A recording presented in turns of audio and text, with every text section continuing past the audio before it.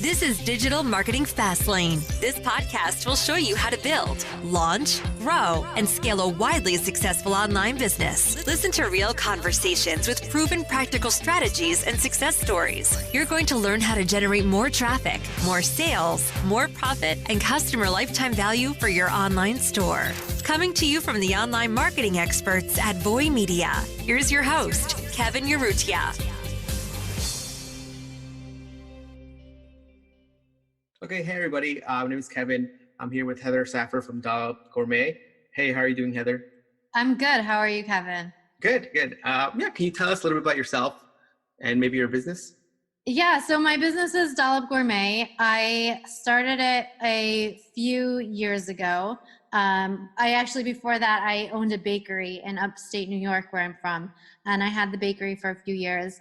And then after winning Cupcake Wars on Food Network, I decided I wanted to get out of the brick and mortar business and create a product line that could be sold everywhere instead of just in the city I was in. And so I worked to create the Dollop Gourmet line of frosting, and I wanted it to be healthier but still taste good. So made sure it was lower sugar, vegan, gluten-free, soy-free, but still tasted like a delicious frosting that you would think of. So you had a successful, bakery. What was that feeling like when you kind of decided, hey, I want to make like a product that I could sort of sell anywhere?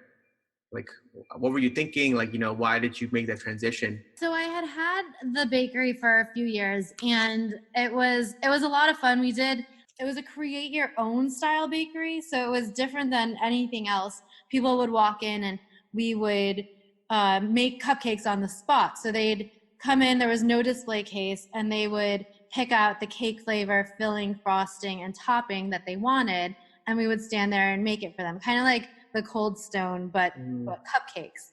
And we did a lot of corporate events and weddings and showers and parties and all kinds of stuff. And it was a lot of fun.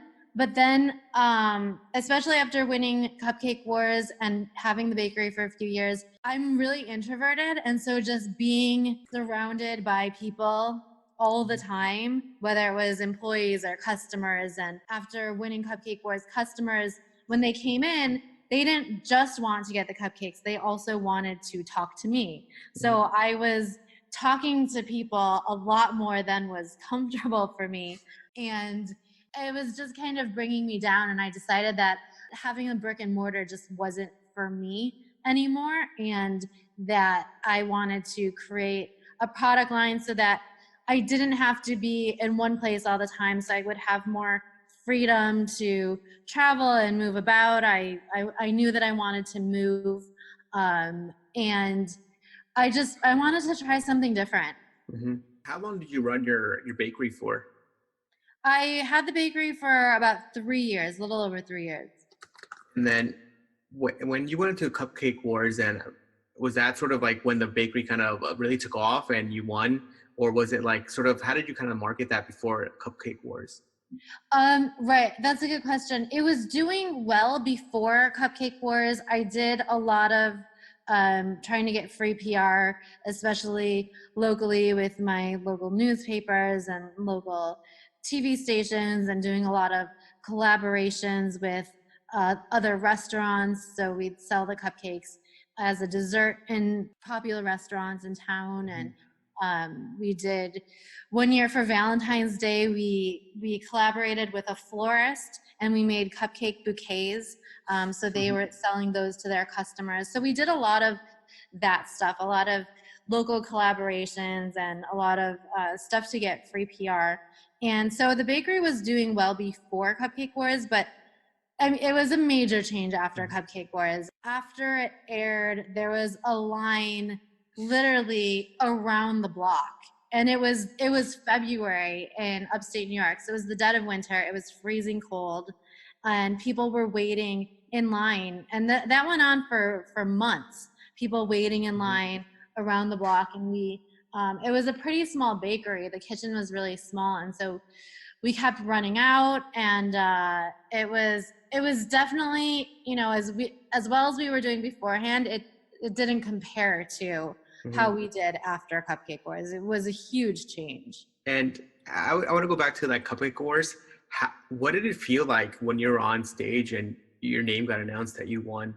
How did that feel? It was an awesome feeling. Like it was an incredible feeling. I still remember the feeling when I was standing there. I was shaking. I was so nervous. I remember I could see the producer in the background and I felt like I was going to pass out. And I was mouthing to him like, I'm not going to make it. I'm not. And he's like, you're fine. You're fine. I'm like, no, I'm not going to make it. I thought I was going to pass out. And then when he announced my name, it was really exciting. And then when I found out when it was going to air, I had a viewing party Oh, in town with at my friend's restaurant. We had the whole restaurant and my family were there, friends, business associates from town, and it was an amazing experience. It was one of those moments that like whenever you're having a bad day for the rest of your life, you just think back to that moment and you immediately feel better about yourself and happier because it was one of those moments that just stands out in your life as this incredible feeling. that's so amazing and so awesome to hear. I've always kind of like picture myself like, oh my God, that must be like the craziest feeling there. And another question, I guess it's like for you, like when you're on this type of show and it has such a big viewership, how did you, were you allowed to say that you won? I guess your friends knew, but did you know the impact it would have on your business and maybe your own personal life after that episode aired? You're not allowed to say that you won. You're not allowed to tell anyone that you were even on until you get the air date. Because even though you film a show, there's always a chance that it's not going to air. And so you can't even tell anyone that you are on until you get that air date. And then once you get the air date, you can't tell anyone that you won. So yeah, it was a delicate balance between, because I filmed that show in October and then I didn't find out it was going to air until January.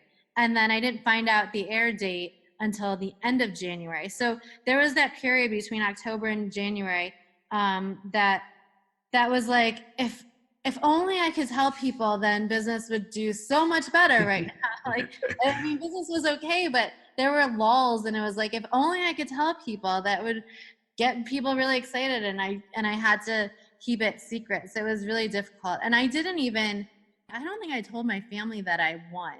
Yeah. I think I might have told my parents, but I didn't tell like anyone else. I was really afraid that, if I told a friend or whatever, that they would tell someone. So I kept it pretty locked down. Yeah, because it's like if you tell a friend, they might tell them, then you don't want to get disqualified or the network to essentially call you and be like, you're not winning anymore. Right.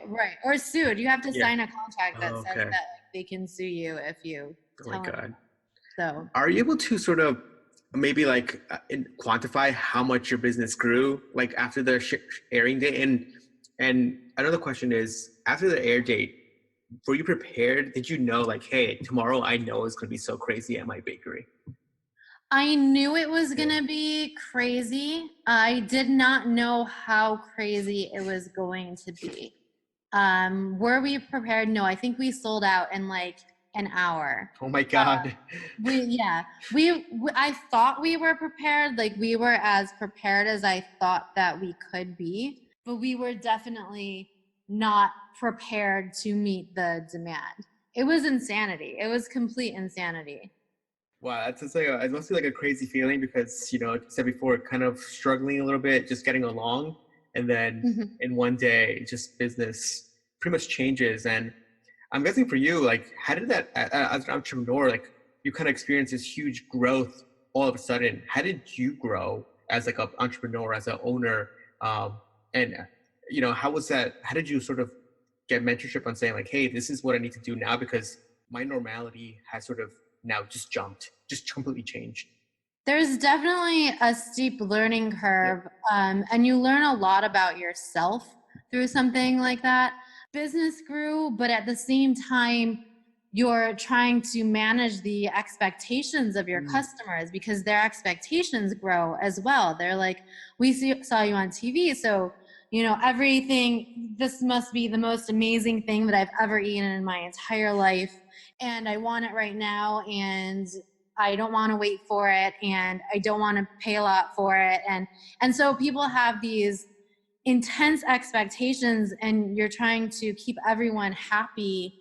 So it's not all roses. Mhm. It definitely is not something I would ever change for the world. I think the positives outweigh the negatives, but there's a lot of adapting to be done, and I definitely learned a lot about myself through the process, and what I wanted and what I didn't want. And it's also, I think you learn a lot about how you deal with publicity and your public image, because honestly, it became difficult for me, not so much after Cupcake Wars, but I think more so after Cupcake Wars, and then the book deals, and then Shark Tank, and all of it added up. And once I launched my product line nationally and into stores, it became a little difficult to align my true personality and to be authentic and be yourself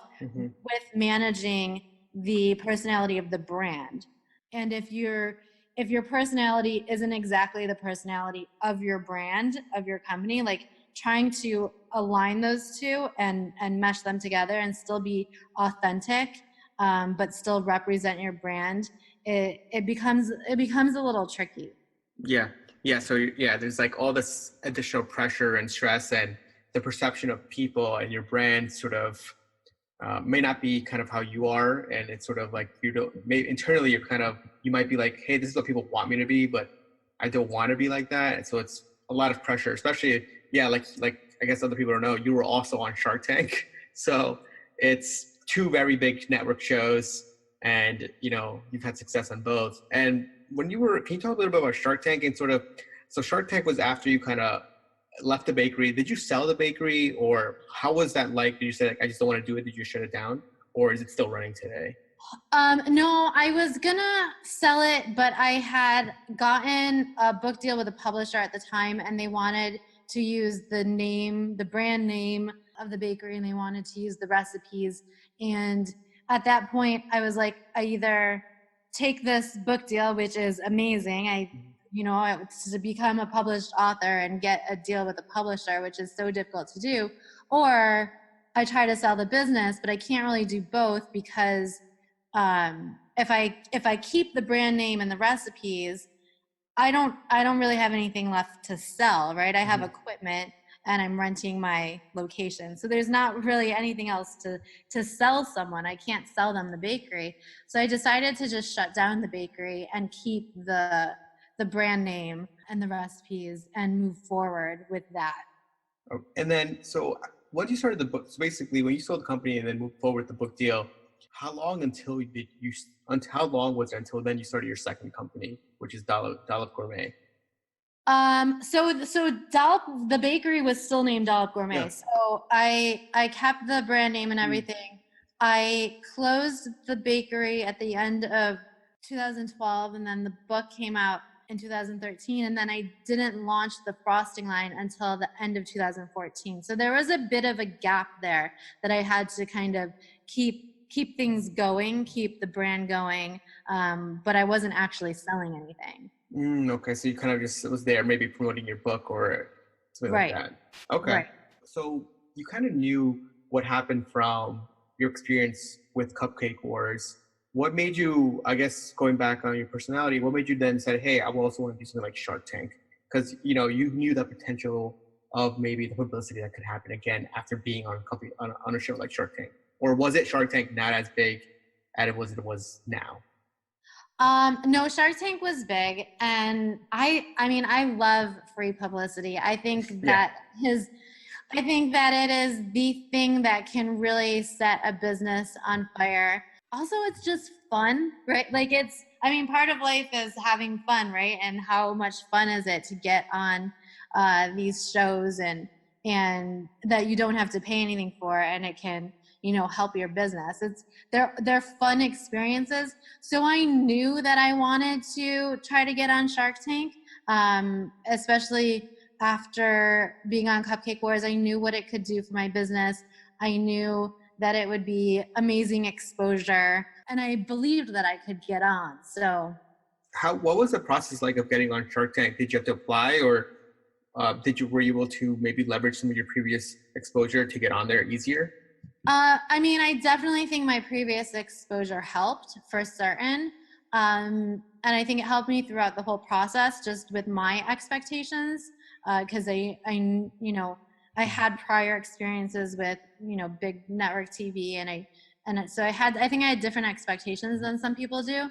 But the process is it's a very lengthy process. It was almost a year long process of applying and paperwork and auditions and Skype calls and submitting documents, and it was a long process, and at any stage in the process you can get cut and you have no idea when or if that could happen. And then at this time, were you still living in upstate New York? Yeah, I was still living in upstate New York. Yeah. Okay. And then where did they shoot the air? Where did they show the air? I guess record it. Is it California? Yes, it's in LA. Okay, LA. Okay, perfect. So I guess you were on Shark Tank, but can you talk to us a little bit about maybe the process of making your frosting and sort of what that was like? How did you figure out what flavors to use, what ingredients to use, what manufacturing company to use? Because that was something new, I guess, newer for you. I thought to myself, how hard could this be? I'm making frosting all day long in the bakery. Like, how hard can this be? And it wound up being really, really difficult. It was really difficult to get the formulations right because it's a mass scale. It's not like making it in a bakery. I knew I wanted it to be vegan, and the frosting we were making in the bakery was not vegan, so I had to change ingredients. And then finding a co-packer was really, really difficult. It took me over a year to find someone that was willing to give it a shot. So that was the most stressful part, is I couldn't find anyone who would make it. And there were a couple of times like I thought it really wasn't going to happen because I could not find anyone to make it. And I just kept pounding the pavement, and finally got someone to give it a shot, a manufacturer who had actually never made frosting before. But I was able to talk them into trying it, and they were able to do it. And I remember when I got the call that they said they did the test run and it worked, and that we were going to move forward. And I was in Florida. I was in my mom's car in the back seat, and I was like so ecstatic because I was like, this is finally going to happen. Yeah, like your new project essentially is going to come to life. Right. What was the process? I guess you explain to people maybe what a co-packer is, and then sort of what the process was of finding somebody like that, or a manufacturing.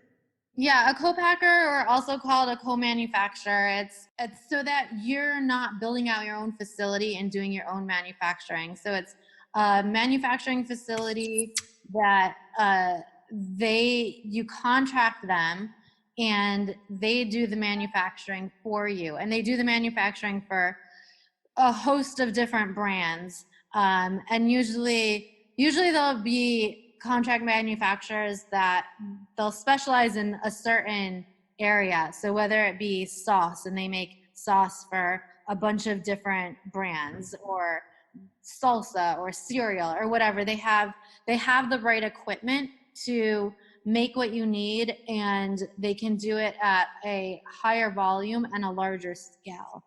Yeah. So yeah, basically for anybody listening, if you ever like in this sort of like food industry, you definitely need a co-packer at a certain level, because they have the quality of the machines, and they just have the capacity that you might need if you're selling hundreds of units a month. Whereas like you don't want to be doing it in your own kitchen essentially.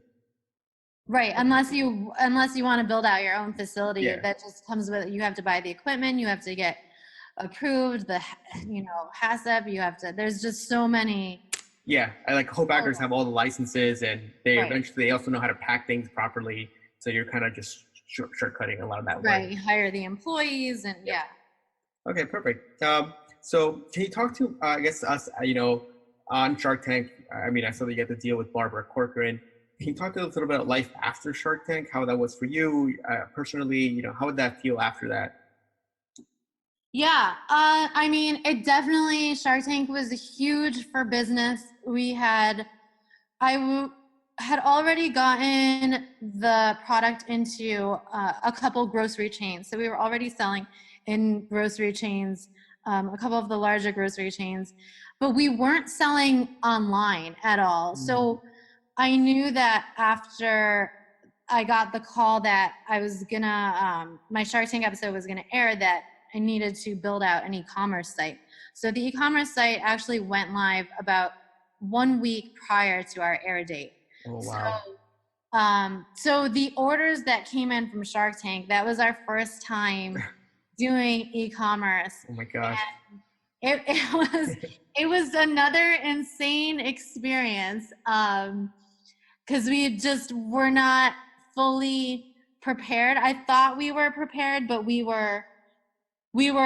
I decided that we would package and ship everything ourselves, which we had never done before. And so I talked to one of my friends who had a warehouse, who he sold t-shirts, and he had a big warehouse. And so he let us use this back corner of his warehouse to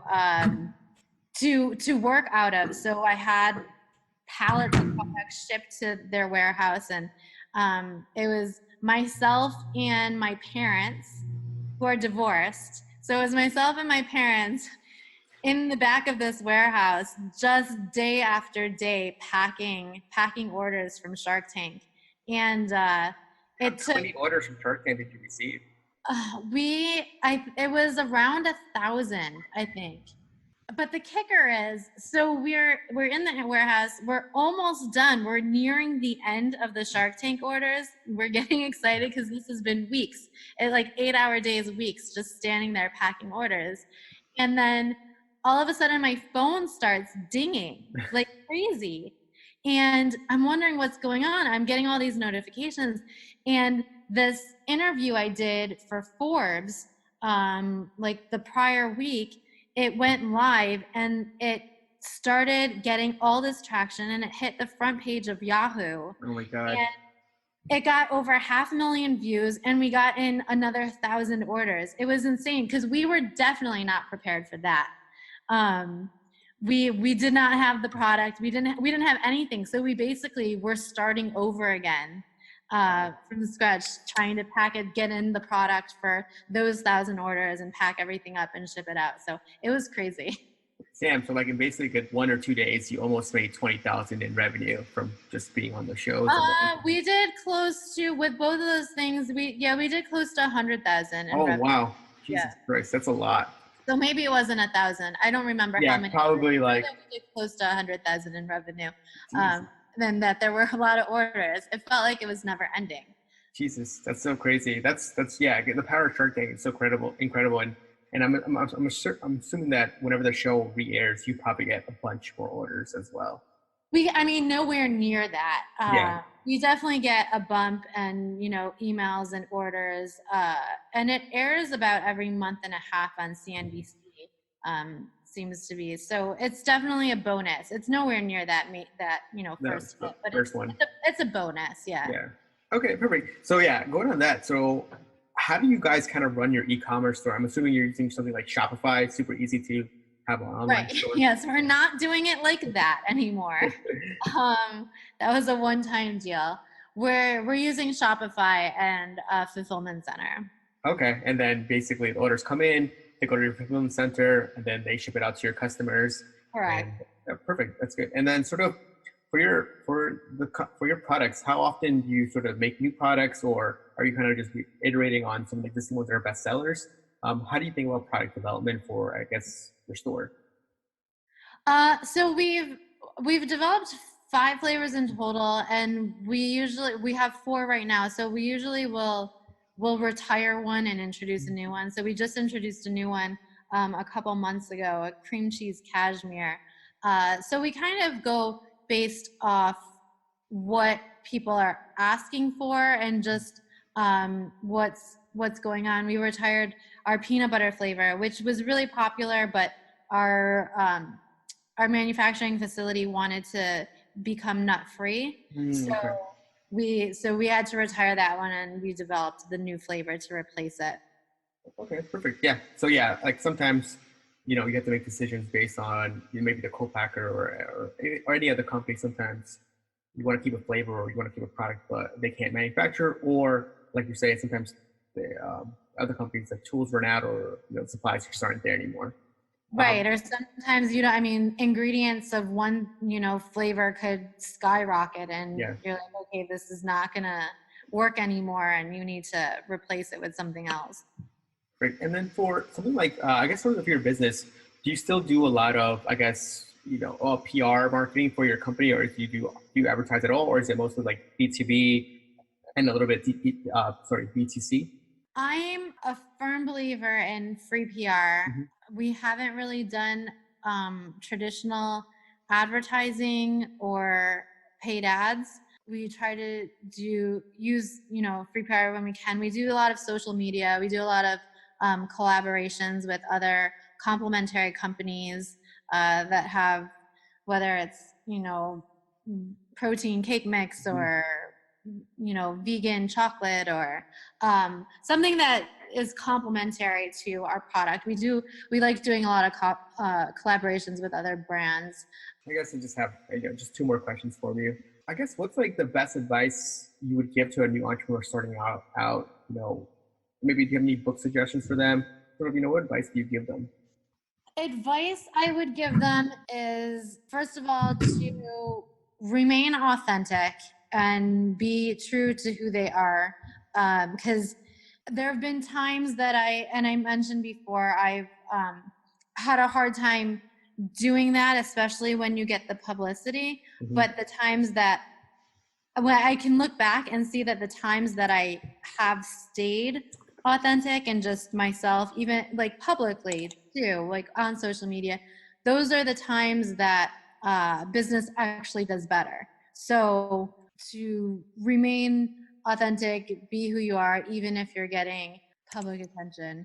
The other thing is to really know your story and what makes you unique and what makes your product unique, what makes it different, what you can offer to consumers, right? Because a lot of these days, especially if you're trying to get free PR, these days a lot of people are more sensitive to being sold to. So it's more about storytelling and what you can offer, and that also translates to getting on TV and getting in the news. It's not a business advertisement. It's what can you offer to the viewers or the listeners, and to always keep that in mind when you're starting out. Yep. Yeah, that's good advice. Yeah. So, and then last question is sort of where can viewers go to learn more about you or to learn more about your brand? To learn more about my brand, you can go to dollopgourmet.com. And for me, you can go to either heathersaffer.com, or I just started this. I've talked a lot about free PR because I really believe in it, and it's what has launched and sustained my business. I created this ebook very recently, like last week, and with a lot of bonus materials, and you can go to freeprhacker.com. It's about PR hacking, and there's a freebie there. I made a video tutorial step-by-step of how to find the email address of any store buyer or influencer or magazine editor or TV producer, because that was one of my biggest struggles, was how do I even reach these people? And once I figured out a system, I created this video tutorial. So you can get that for free at freeprhacker.com. Okay. Thank you, Heather. And I see that you're using ClickFunnels for that. So yes. ClickFunnels is a great platform. It is. It's so good. It's a lot of good upsells and downsells. So yeah, everybody, that's Heather Saffer, freeprhacker.com. And I think one lesson that we can take from this interview is, be true to yourself, be authentic, tell your story, and don't let outside business circumstances change you, because, you might not be happy or you might not be where you're at, even though outside looking in, everybody might think that you are. So be true to yourself, be authentic, and thank you, Heather, for this interview. Thank you, Kevin. Appreciate it. Thank you. This week's episode of Digital Marketing Fastlane was brought to you by the performance marketing experts at Voy Media. Join us again next time as we'll be bringing you more tips, techniques, and know-how to make your online business the very best that it can be. If you have any questions, comments, or feedback, we'd love to hear them on Twitter at Voy Media. Thank you.